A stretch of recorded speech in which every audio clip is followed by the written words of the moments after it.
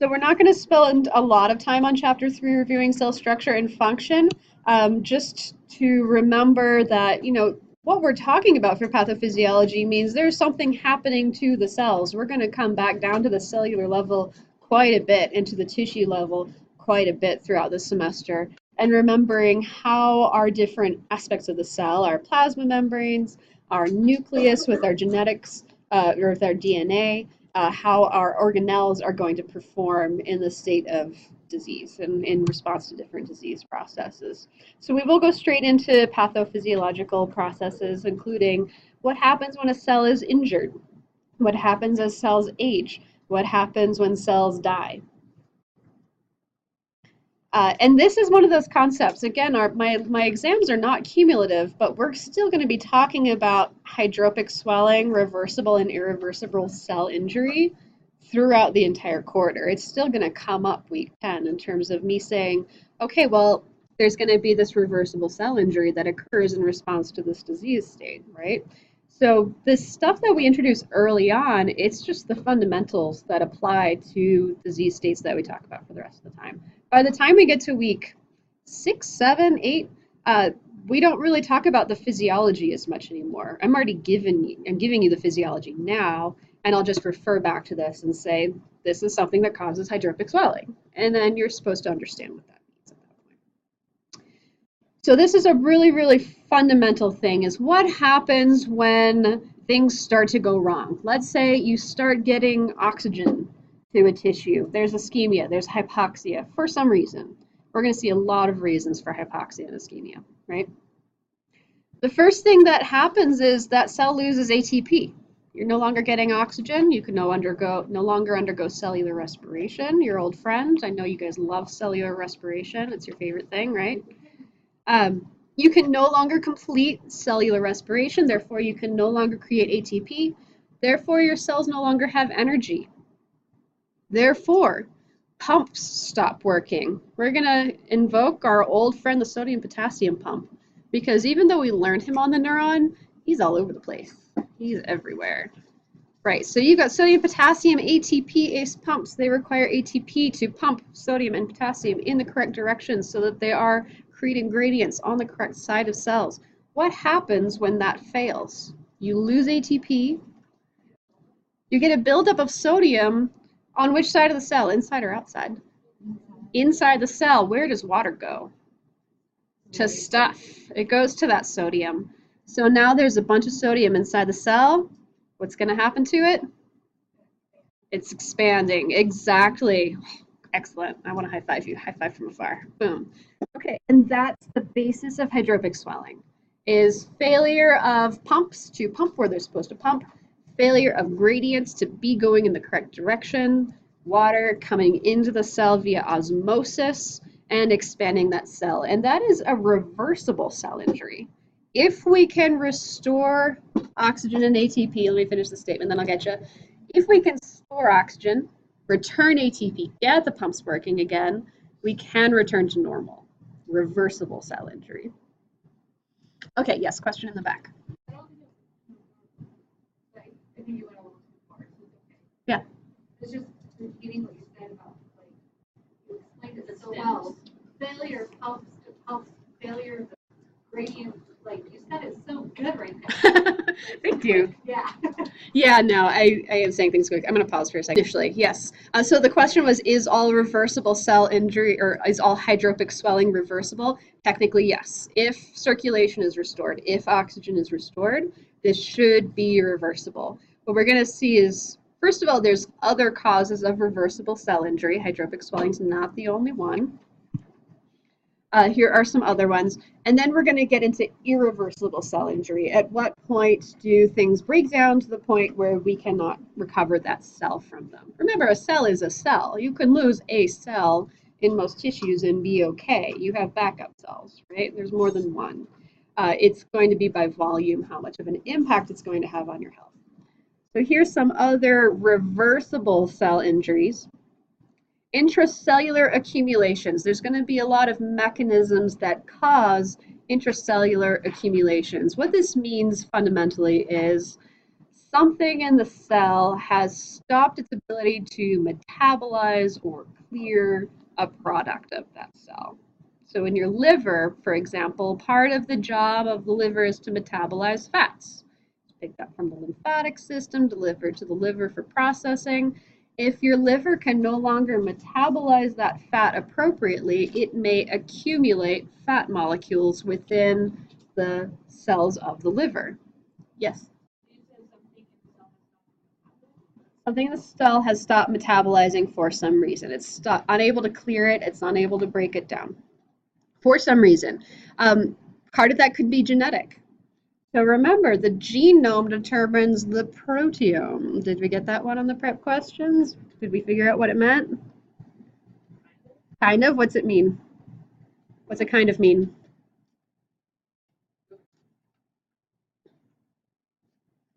And yes, I always do refer to the prep questions in every lecture. And that's why it's really, really obvious when you guys don't do them. Super obvious. Yep. Proteome is the entire set. Yeah. Protein. Yep. Or can be expressed by a genome. Yep. Yeah, so you're pretty much getting into it. What genome determines the proteome means your DNA is the blueprint for proteins, right? You've got to have good blueprints to make good proteins. So just like, IKEA comes with a set of instructions, sometimes they're good instructions and you are able to build a chair. Sometimes they're really terrible instructions and your chair is backwards and it doesn't work as a chair. Genes are the exact same way. Sometimes our genes work great. We've got great blueprints for proteins. We build really great functional proteins. That's true most of the time, right? A disease state, a genetic disease, at the most fundamental level, is the blueprint is bad, so the protein is bad. So the genome determines the proteome, means that the genome determines the type and number of proteins in a cell. That's a very fundamental biological concept. That's a very fundamental phrase to understanding cell biology. The genome determines the proteome. And it's not, again, something I didn't cover myself in AMP1. It's from my cell bio classes back in the day. Yeah. So your reason to the genome is like the writer of the blueprint? It's kind of it is the blueprint. Your genome is a blueprint. Okay. So yeah, so go back to your transcription and translation processes in the cell, right? You take your DNA, you copy it into mRNA. Then mRNA is transported to the ribosomes, which is tRNA, that's rRNA, and then tRNA comes in with an amino acid, and then you make a chain of amino acids, right? And this is still related. I'm not going backwards or off topic right now. You make a chain of amino acids. That chain of amino acids folds into a functional protein, right? You need that folding to happen. That folding happens based on which amino acids you have. So let's say the blueprint was bad and you put the wrong amino acid in there. Instead of folding into the correct shape, now you got blurb. Now you've got some stringy thing that is not going to work for that function. And that brings us to this right here, a protein folding problem. Yeah, so a mutation or some problem of transport. And so let's say you've only got your bad IKEA instructions, right? You've got your bad chair. You made a bad IKEA chair. But you keep getting all of the chair bits and you keep having to use this blueprint. And you keep getting the sign. Your boss keeps telling you, make more chairs, make more chairs, make more chairs, make more chairs. You don't have a choice, right? You keep building this bad chair. You can't sit in it. There's things poking up and like the chair, it doesn't sit on the ground, right? It just takes up space. So that's going to be another intracellular accumulation. As long as you're lacking the functional protein, you're going to keep getting the signal to make that protein. Like, hey, we need this protein. We need this protein, guys. You keep making it. It accumulates in the cell. Ultimately, you're going to run out of room for other functional things to happen in that cell. Or maybe that cell will burst. Yeah, awesome. I love that statement. Let's see. If another thing, an enzyme is another protein that is based on your DNA. If you lack a protein or if there's destruction of an enzyme, then you may not be able to break certain things down, and then that may accumulate in the cell.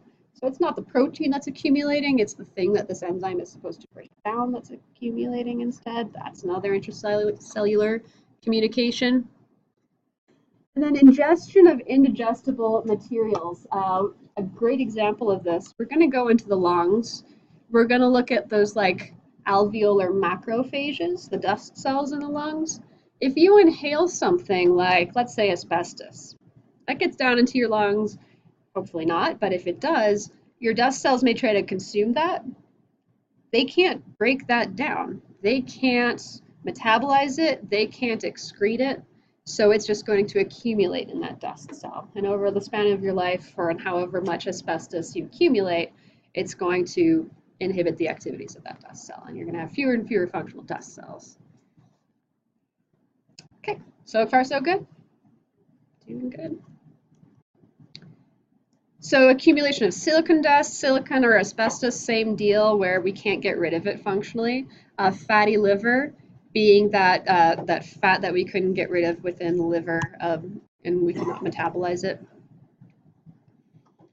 Another thing that's going to happen in response to consistent injury or changes in general is cellular adaptation. So in the absence of use, for example, if you don't use it, you lose it. Cells may shrink, and that would be called atrophy. So there's a normal epithelium, there's an atrophied epithelium. This was another AP1 concept. This should be review. Hypertrophy means we've increased by size, but not by number, right? If a cell is non-mitotic, like an adult muscle cell, then increased use or increased stress would increase the size of that cell, right? Now, again, there's normal cases for this. I worked out, my muscle cells got bigger, everything's great. But there's also a pathophysiological process for hypertrophy. My heart has to work a lot harder to pump against my high blood pressure. So it hypertrophies and my heart enlarges. Cardiomegaly, yeah. So it can be healthy, it could also be unhealthy. Atrophy could be from simple disuse, it could also be from you lost the nerve damage, right? Yes? Does it also happen, does cardiomegaly also happen from cardiac tamponade as well? Like if you have, tamponade means that there's fluid in the pericardium that's restricting the movement of the heart. So it does physically take up more space in the mediastinum as long as there is that restrictive movement. It's going to have a similar outcome with decreased cardiac output, but we will get into all of that. Yep. Okay, hyperplasia means we've increased the number of cells. So something that is capable of mitosis, like an epithelium, for example, would probably have hyperplasia, an increase in size. That would be a great example for, honestly, these three down here. What's that?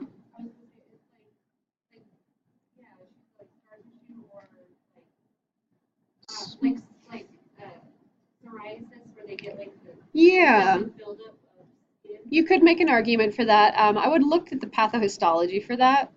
We actually do have pathohistology slides. I almost never bring them out, except for that I have some histology images in here in various places. We may be able to look into what psoriasis looks like at the histological level.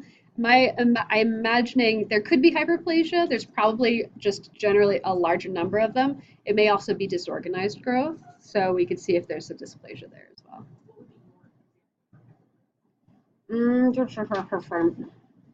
Tumors, but a lot of those are going to be disorganized too, so don't quote me on that. Yeah.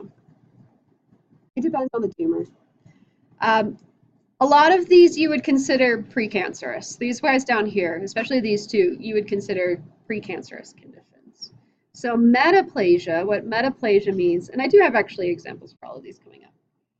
Metaplasia means that some stressor has impacted this tissue and it has changed, it's mutated and changed the type of epithelium it is in response to that stressor. So our example for this is going to be Barrett's esophagus. I'll actually just go ahead and skip again. Do you have a hyperplasia? Yeah, this is here's a tumor for hyperplasia, so I was good. This is a benign urothelium, thickening of benign urothelium. Here's our metaplasia, changing from one tissue type to another. Barrett's esophagus, we're going to talk about this during our digestive lecture.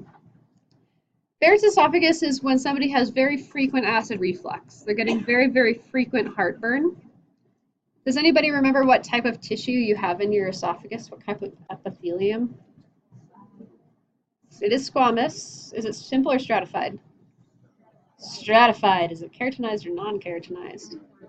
Non-keratinized. Excellent job. All right, it's non-keratinized. It's stratified because that helps prevent friction. That means we can swallow a Dorito without bleeding, which is really important, right? And then, yeah, non-keratinized also being important because that means it doesn't slough. Yeah, we're not a fan of sloughing in the esophagus or in the vagina, which is another example of a place that has non-keratinized squamous epithelium. Okay, so that's what the esophagus is supposed to be. And then does anybody remember what type you're supposed to have in the stomach lining? Is it simple or stratified? Simple. Is it squamous, cuboidal, or columnar? Not columnar. Excellent. So it's a simple columnar epithelium. It's invaginated into these pits. There's lots of tight junctions to hold that hydrochloric acid on the correct side of the stomach epithelium, right? Should all ring a bell. Okay, so at the junction of the esophagus to the stomach, you should have a transition from stratified squamous into simple columnar, invaginated into pits. What happens with Barrett's esophagus is a metaplasia. This tissue inside of the esophagus becomes like the tissue that's inside of the stomach, because the tissue inside of the stomach is protective against that acid that's now in that esophagus all the frickin' time. So it's in that way a good adaptation, air quotes, right? We have protection from stomach acid. What do we no longer have protection from? Well, cancer. It is considered a precancerous condition, which is kind of the ultimate thing we're trying to get to. But what happens when you swallow that Dorito? It's gonna hurt, right? So you're lacking the protection that's supposed to be there for physiological reasons now. So that's a prime example of a metaplasia. It's far from the only metaplasia. And we do tend to treat metaplasia as precancerous condition because in order for that epithelium to change, that is by definition a mutation. And we'll have our cancer lecture, I think, next week, and we'll talk about cancer is based on mutations. If there's a mutation, you are at risk for cancer. Dysplasia is a disorganized growth. There could be a variety of causes of this. A really common one is going to be a viral infection causing a mutation, causing the epithelium to grow in a disorganized fashion. This is what a pap smear is for. When we do pap smears, we look at the growth of the cells of the cervix, and if they appeared disorganized, we call that cervical dysplasia. Right? And again, we consider this a precancerous condition because it signals that there has been a mutation. So just to go back to this concept, these tend to mean mutation. This tends to mean overuse. This tends to mean disuse. And again, this is overgrowth. It could be precancerous, or it could be in response to stress. It could be a variety of things. So precancerous based on use and normal. Precancerous, based on use, and then there's our normal. There's cardiomegaly. Let me go back real quick. I kind of forgot to say this about cardiomegaly. Cardiomegaly causes some real problems. Here's a normal heart down here. Here's the ventricular space. Here's the space in the left ventricle that can fill with blood.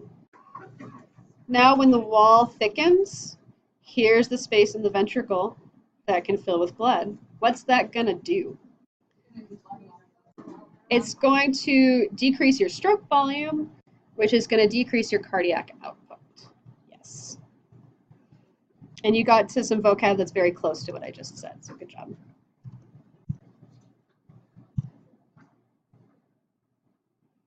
All right, that was mostly reversible cell injury, right? These were all examples of reversible cell injury. Let's talk about irreversible cell injury. necrosis, and apoptosis. This is an old learning objective. This isn't one of the new ones. I just didn't edit them out.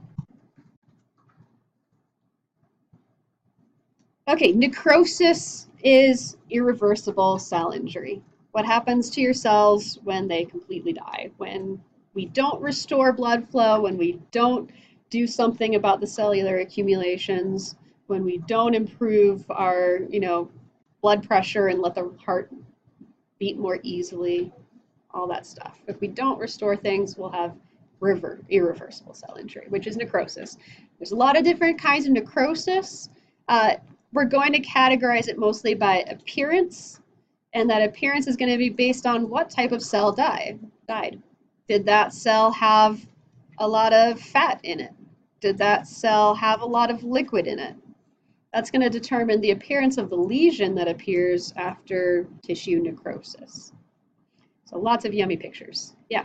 So, I know it's not common, but it's not uncommon, when you get injections on your face, sometimes everybody's anatomy is just a little bit different. You can necrose. Delightful. My mom, she's crazy. She used an old product on her forehead in a perfect circle to necrose. No.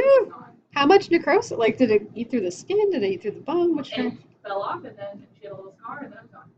Dear God. Or all the injectors, right here, can necrose really easily. I imagine it depends on what she's injecting into her face that would cause necrosis. Well, the most common type, she said, going back to the lecture, is coagulative necrosis. So that is actually going to be in most places, and we're going to have some forms of gangrene bead coagulative necrosis. So that would be my first guess for somebody who's injected something weird into their face and had part of it fall off. That tied in so well. I'm very happy with that. So again, we started with ischemia. There's a lack of blood flow. There's a lack of oxygen. We had a starting place of reversible cell injury, but it ended with necrosis in this case because we were not able to restore whatever it was. So again, coagulative necrosis is our most common type of necrosis. You're going to find it in a number of places. Let's see which one they use. They use gangrene as their example. That's a dry gangrene of the extremities. I can't actually remember what that is. I think it's part of a kidney. Liquefactive necrosis is going to be, sorry, I lost my train of thought for a second. It's a cyst that forms in response to the death of tissue. Primo place you're going to find liquefactive necrosis is in the brain.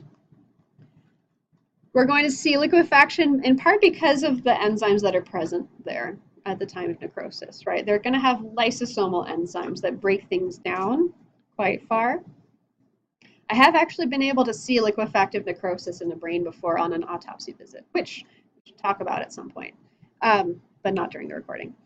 So we're going to start with liquefaction of lysosomal enzyme, and it's going to form an abscess or a cyst, and prime location for that, example of that, is going to be in the brain. Fat necrosis is going to be the death of adipose tissue, and a primo location for this is going to be in your pancreas. Your pancreas is going to have a certain amount of fatty tissue in it, and when your pancreas dies, when tissue of your pancreas dies, it creates a fat necrosis, which is going to appear chalky white. And then caseous necrosis is going to resemble clumpy cheese, everybody's favorite phrase. And it's very characteristic of tuberculosis. And I know you guys got a great microbiome education, so you know all about tuberculosis at this point.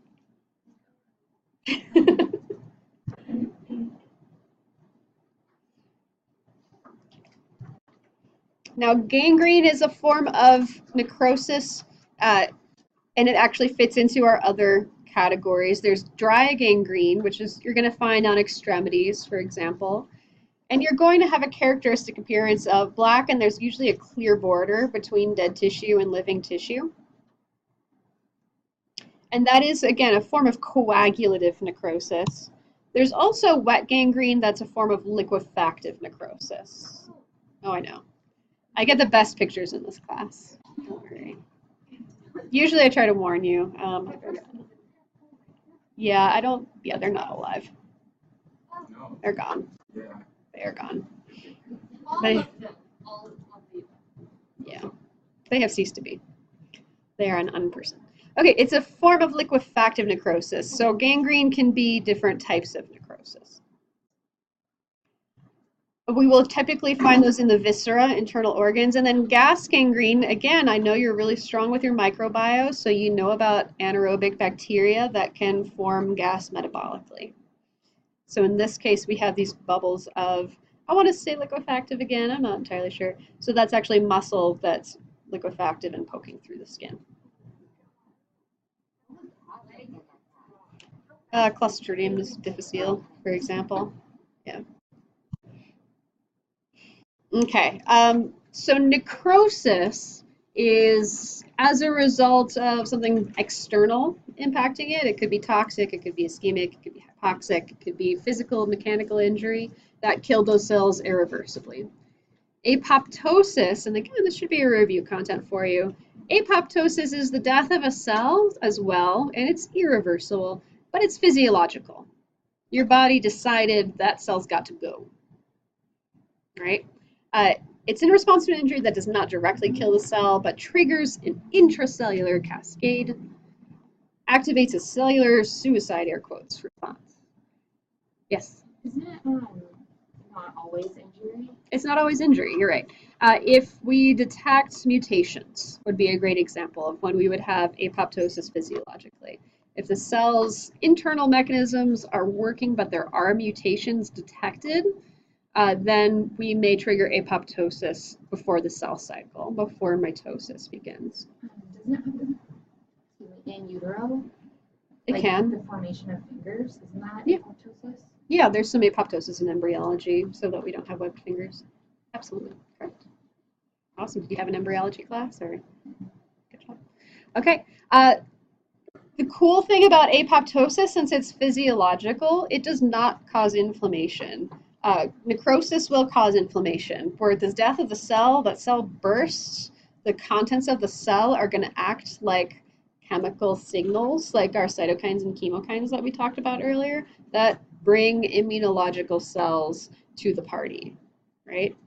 Whereas apoptosis may not trigger inflammation. It's physiological, it's intentional in as much as your cells can have intention, and the process is from within, and we can degrade those chemical signals before it starts. Yeah. It depends on the brain damage. Again, if there's apoptosis triggered within a brain in response to injury, then it may not trigger inflammation, but we're going to see with most brain injuries, there's going to be inflammation. It's going to be a problem. Yeah. Okay. So I've already been using the vocab words ischemia and hypoxic. So an ischemic injury means you're not getting oxygen, but you're also not getting nutrients. Hypoxia just means you're not getting oxygen. So there's a little bit of a difference there. If, let's say, we sucked all the oxygen out of the room, we could have hypoxia without ischemia. Carbon monoxide poisoning, right? You're not getting oxygen, but your blood's still pumping, still working. You can still get nutrients to your cells. The big takeaway for this one is just that ischemia is going to hurt you faster than hypoxia alone. Because getting oxygen is important. You need oxygen to make ATP. But circulation is just as much about clearing carbon dioxide, clearing wastes, and getting nutrition to cells so that they can build themselves up and metabolize and do all those other things. So ischemia, faster than hypoxia for injuries. Can anybody think of some things that would cause ischemia? Blood's not getting there. Blood, oxygen, and nutrition. What's that? A myocardial infarction would decrease cardiac output. Yes. What else? Nutrients. Yep. Yeah, ischemia is no oxygen and no nutrients. TIA, transient ischemic attack in the brain, absolutely. So a blood clot anywhere, that would be an example of ischemia. Great, good job. Okay, so this is the exact same thing. again, what we're going to get as a result of either ischemia or hypoxia is that hydropic swelling, and that is reversible until it's not, until the cell dies completely.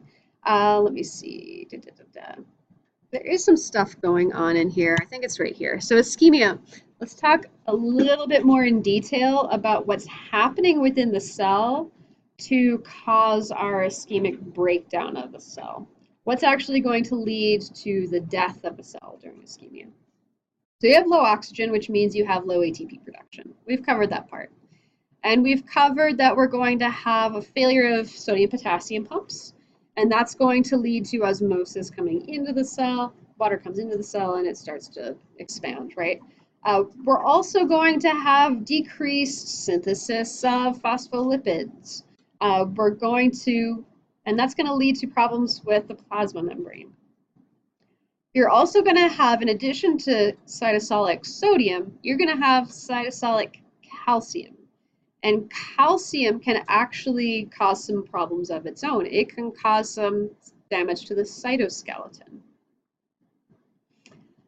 Let's see, what else can we do? And we can also activate some things that are going to break down lipids. So we actually have a couple of ways in which we're breaking down the plasma membrane.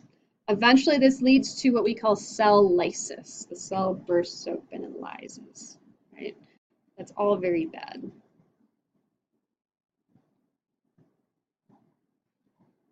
So that's when we go from reversible cell injury to irreversible cell injury, is when the phospholipid bilayer breaks down so far that it lyses.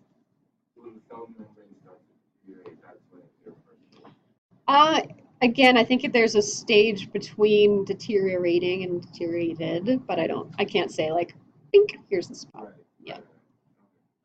Right. Not that I can think of. Okay. Now, again, ischemia means nutrition's not getting there. In addition to oxygen, you can have just independently a nutritional injury. Starvation would be an obvious case for this. Starvation from external sources, being in a concentration camp, or starvation voluntarily, having an eating disorder would also count for that. Or somebody with just a very, very poor diet could have a nutritional injury. Remember, your cell is made fundamentally of the macromolecules of life, fats, carbs, proteins, and nucleic acids. You need all of those things to build your cells. And without having adequate versions of those, then you can't build your cells properly. And that can decrease the number of cells that you have, decrease the integrity of the cells you have, so on and so forth. We will discuss nutrition at various points in this quarter. Chronic alcoholism, actually drinking copious amounts of alcohol can hurt in a couple of different ways. First of all, you're probably not like cooking healthy meals if you're an alcoholic, but also it interrupts the absorption of certain nutrients. So again, some people just have genetic disorders that they can't absorb things properly. They don't have the enzymes or the transporters for certain nutrients. Okay. Let's see. My favorite thing about you guys coming from Rachel's micro class is that I basically don't have to do anything to teach you about viruses or bacteria or how they can impact your body. It's just like, you know it already. I really like it. So I have deep respect for how hard she worked, you guys, in micro. I know it wasn't the most fun thing, but it was very effective, wasn't it? You survived. You survived. You're here. So you know that bacteria and viruses can injure you in a number of ways. Bacteria can take over and hijack your cell's systems to replicate itself. That may lead to your cells bursting as it overproduces them, or it could just lead to that cell not functioning in its own way anymore. It can also cause mutations to the genetic code that lead to cancers. That's going to come up a lot. Meanwhile, bacteria can do a variety of things. They've got endotoxins and exotoxins. Was that on today's worksheet, or is that, or prep questions, or is that next week's prep questions? Today's prep questions. Excellent. So they've got various toxins. Not all bacteria are harmful to humans, thankfully. We've got some beneficial bacteria in our guts. Big fans of those. Let's see, where was I going with that? So there's just various ways that they can hurt you. Chemicals can hurt you in various ways. They can be toxic. They can cause cellular injury depending on the chemical. We'll talk about acid and base burns, not until week 10 though. Yeah, we'll keep going with it. Physical and mechanical injury. I think it's kind of interesting how little your textbook talks about getting punched in the face. So every once in a while, I'll put in something about getting punched. Just like, yeah, you can just get hit by a car, or you can be crushed, or you can be hit. And for some reason, your textbook kind of minimizes that impact of just getting hit. So we're saying, okay, physical and mechanical injury, yeah, it can be extremes of temperatures. We can have burns, that's mechanical change. We can have changes in atmospheric pressure. If you go scuba diving and you hold your breath on the way up, you can literally physically burst your lungs. You can have air emboli form. Mechanical deformation, that literally just means you got punched in the face, right? You got, or hit by a car, or whatever it was. Electrical burns and ionizing radiation are also considered physical and mechanical. Any questions there? We do go into ionizing radiation briefly. So with radiation, what we're worried about is radiation's a wave. Everything's a wave. This is showing you that everything's a wave. Light is waves. There's ultraviolet light, there's X-rays, there's infrared light rays, there's microwaves. They're all on a spectrum of wavelengths. The ones we're worried about are mostly up here in size. If you get ionizing radiation, what that means is, first of all, we're going to create free radicals, and I'll talk about free radicals in just a sec. We're also worried about that radiant energy hitting the DNA, knocking a nucleotide out of space, and causing a mutation. So again, with your prep questions, you should have reviewed that DNA. You should have like your codons, your base pairs lined up. So if you have a C, what's that matching up to? G, and if you have a T, that's matching to A. Yeah, you got your base pairs set the way they are, but ionizing radiation can knock one of those base pairs out of place, and it can cause mutations. And what do we worry about with mutations again? Proteins not folding properly, or cancer also. So genetic diseases, yes, but also cancer. Yep, absolutely. So DNA damage, if we detect it, that may also initiate apoptosis, we now know. So again, this idea that ionizing radiation can cause free radicals. Here's a free radical in its most basic form. A free radical at the most fundamental level is just an atom that is lacking an electron that it's supposed to have. And it's kind of evil. It's going to steal an electron from somebody else. So I'm a free radical, and water bottles, they are now electrons. So I'm fine now. Now she's a free radical. So she's going to steal. There you go. And Daphne, you're going to steal mine. And at the end of the day, what we succeed in doing is destabilizing the molecule that we're all linked to. That's a free radical. And an antioxidant, you know what an antioxidant is? Here you go, have a water bottle. That's an antioxidant. Yeah, that's it. Yeah. Yeah, so it's just cutting it off before it can destabilize stuff. Here you go. Water bottle for you. Yep. Now, it's been co-opted by the nutritional industry, which is why I wanted to clarify that point. It's like, oh yeah, antioxidants, the most important thing. Or you know, you drink a lot of wine because it's got antioxidants. Everything's got antioxidants. All fruit has antioxidants. You don't need to drink wine. You can drink grape juice. You can eat grapes. That's all going to give you antioxidants. It is also possible to have too many electrons. You can have too many. You can go the opposite direction. So wait for chemistry for that one. Yeah. Yeah, too much and too little of anything really is bad. If you can learn nothing else from this class, too much and too little is bad. In our society, you don't really need to worry about getting too many antioxidants. That having been said, there's no reason to spend a ton of money just being like, it has antioxidants in it. It doesn't work that way at all. You're fine. Okay, radiation sickness, something you may have to worry about if you're around CT scans a lot, something like that. For people who are in cancer treatment, this may be an issue. For people who work in radioactive facilities, this may be an issue. But I'm not going to read that slide. Questions, comments? And a 40-minute lecture. Let's finish up aging. Let's see where we are. Before we get, we'll stop at principles of inheritance. Let me tell you something really, really cool about your DNA that we're looking into.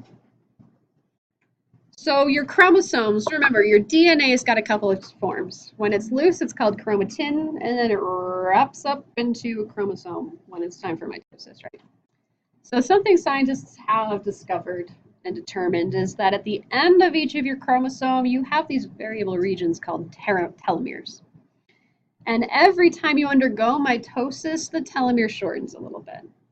So I kind of think of it as like toner in your copy machine, right?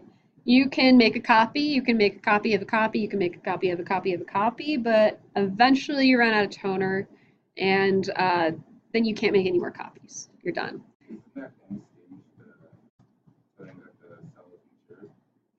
Not that it's mature, you're going to be old at this point. This is what aging is. So over the course of your life, your cells are undergoing mitosis, you're replenishing your stomach lining, all of your epithelia, all of your mitotic cells are being replaced on a normal basis. Not your non-mitotic cells like your muscles, but your mitotic cells. They're always being replaced. Your non-mitotic cells are simply aging directly. They're just old now. They've accumulated some things. So this is going to be in mitotic cells. The telomeres shrink with every mitotic event, and when the telomeres are gone, they can no longer undergo mitosis. So think of like the skin of an elderly person, right? They've had mitosis and mitosis and mitosis and mitosis all of their life. And then towards the end of their life, that basal layer of their skin has lost mitotic capability because the telomeres are gone. Yep. So that's why you lose the thickness of the skin. That's why you lose resiliency of your skin and in your connective tissue underneath, right? You're losing mitotic capability of fibroblasts that are developing collagen and elastin for you. So you're going to break the skin very easily. Question?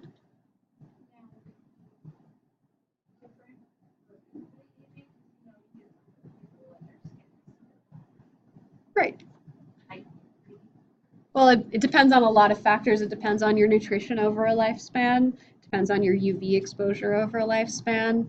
I would say it's more like an absence of cellular harm for the people who look really good when they're older versus the people who don't look as good having had more exposure to UV radiation, more damaging chemicals on their skin, more damage overall. We'll see during our skin week I can probably just do this now. It's on the recording, but you guys can deal with me fiddling for just a second. Truck driver, UV face. Let's see if it comes up. There he is. Sweet. My Google Foo is strong today. This guy. Yeah. So this guy was a truck driver for 40 years, and he drove with his driver's side window down the entire time without wearing sunblock. So yeah, so that's what UV damage is going to do to your face. And that's our argument, like the best prevention for your skin for aging is just sunblock. It's not, magical CoQ10, it's not vitamin C, it's not collagen or HLA, it's just sunblock. That's it. So it's just an absence of exposure to bad things. Or it's a lot of surgery. It's one of those things.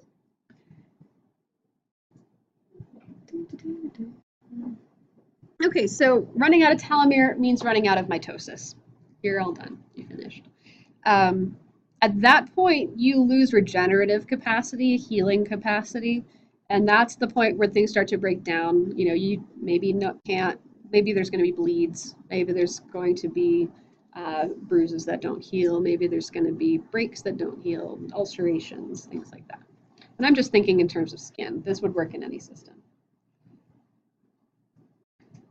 That's about it for this hour, I think.